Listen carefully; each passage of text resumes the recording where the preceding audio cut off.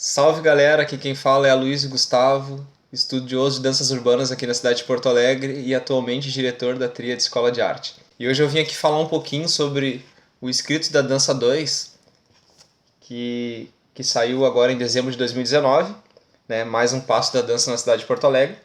E eu vou falar um pouquinho sobre o meu artigo que saiu aqui do estudo de danças urbanas na cidade de Porto Alegre, através da minha ótica, tá? Eu vou começar falando um pouquinho sobre como eu comecei a dançar, sobre a minha pesquisa nas danças urbanas, como eu cheguei nela e depois um pouquinho sobre o processo que está contido nesse artigo, da minha metodologia de aula e pelo caminho que eu segui dentro do ensino das danças urbanas. Então, eu comecei a dançar em 2005, então eu já tive algum contato com a dança em 2004, mas eu comecei a fazer aula, a estudar dança mesmo a partir de 2005. 2005, para quem não sabe, foi o ano que começou a se falar em danças urbanas no Brasil.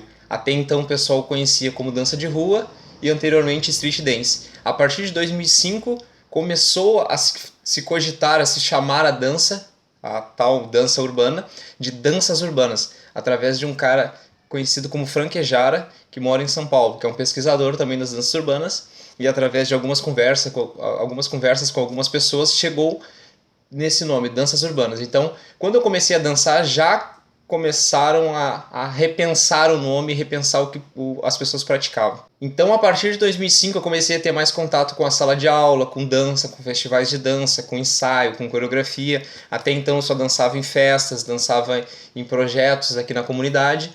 E eu comecei, a partir de 2005, ter um interesse um pouco maior sobre o cenário da dança. Como geralmente acontece nas danças urbanas, as pessoas são formadas e são geralmente autodidatas. Elas se formam com outros autodidatas, com outra pessoa autodidata que às vezes começou a dançar numa festa, que às vezes começou a dançar num grupo no bairro.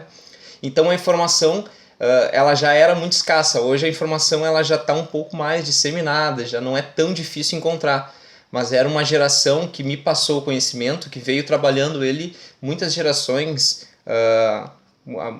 algumas gerações anteriores, através de festas, de clubes, de trocas de ideia e de conversa. Então a informação era muito escassa e eu comecei a me importar muito cedo com o que eu fazia, com o que eu dançava, de onde vinha, quais eram os nomes, quem eram os pioneiros, os percussores, quem eram as pessoas que realmente levavam aquela dança a sério. Então eu comecei a me importar muito cedo com isso e fui atrás, e comecei a perguntar, pesquisar, viajar, ir para alguns lugares, procurar pessoas de referência, de nome e pesquisa dentro da dança. Durante esse caminho eu tive alguns professores, algumas pessoas, mentores que me ajudaram a adquirir esse conhecimento, a trocar ideia e conversar. Eu viajei, eu fiz algumas viagens, participei de alguns workshops com algumas pessoas e através desse contato, desse conhecimento, eu fui moldando e adquirindo estrutura para organizar uma metodologia de aula que eu acho que é totalmente funcional dentro do que eu estou tentando propor. E aí eu cito no artigo que um dos primeiros objetivos que uma pessoa deveria ter na dança é simplesmente dançar. E através dessa vontade, ela partiria para outros lugares, né? Para dança comercial, para dança social e para outras danças que a partir daquele conhecimento, a pessoa teria esse interesse. Então, o primeiro objetivo seria atingir o estado de dança. E a partir desse objetivo, eu defini duas frentes: as danças sociais e o freestyle dance. As danças sociais são danças de socialização, são danças que as pessoas interagem umas com as outras, que são basicamente os passinhos de festas. Elas têm a estrutura, elas têm ciclos e elas funcionam de uma forma bem fácil e tem um objetivo bem claro e bem tranquilo. A freestyle dance já é uma linha de trabalho, já é um código um pouco mais livre. Então, dentro da freestyle dance, a gente pode estar desenvolvendo diversas coisas, diversas técnicas misturadas e mescladas, e a limitação é a criatividade do dançarino.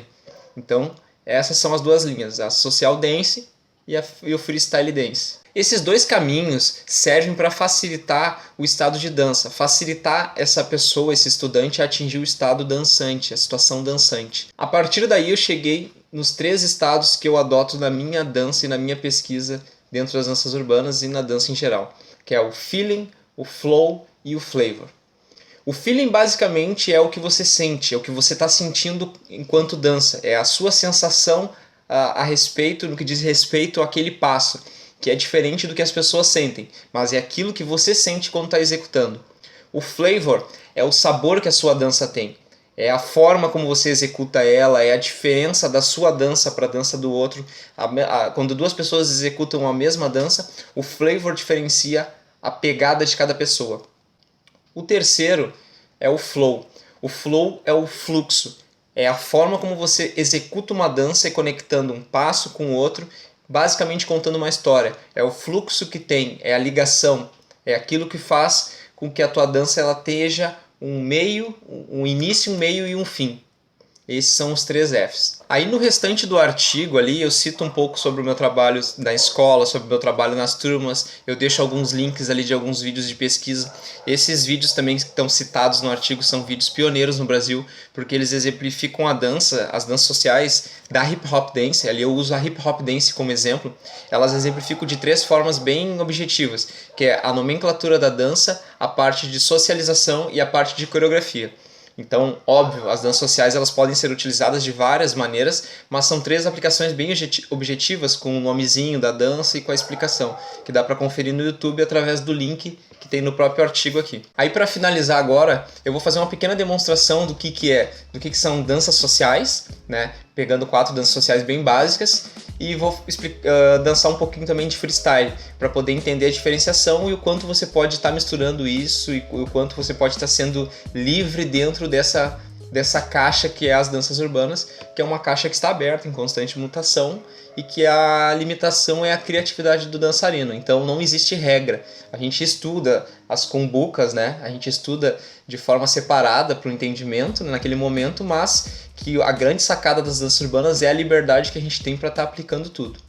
Certo? Então vamos dançar um pouquinho.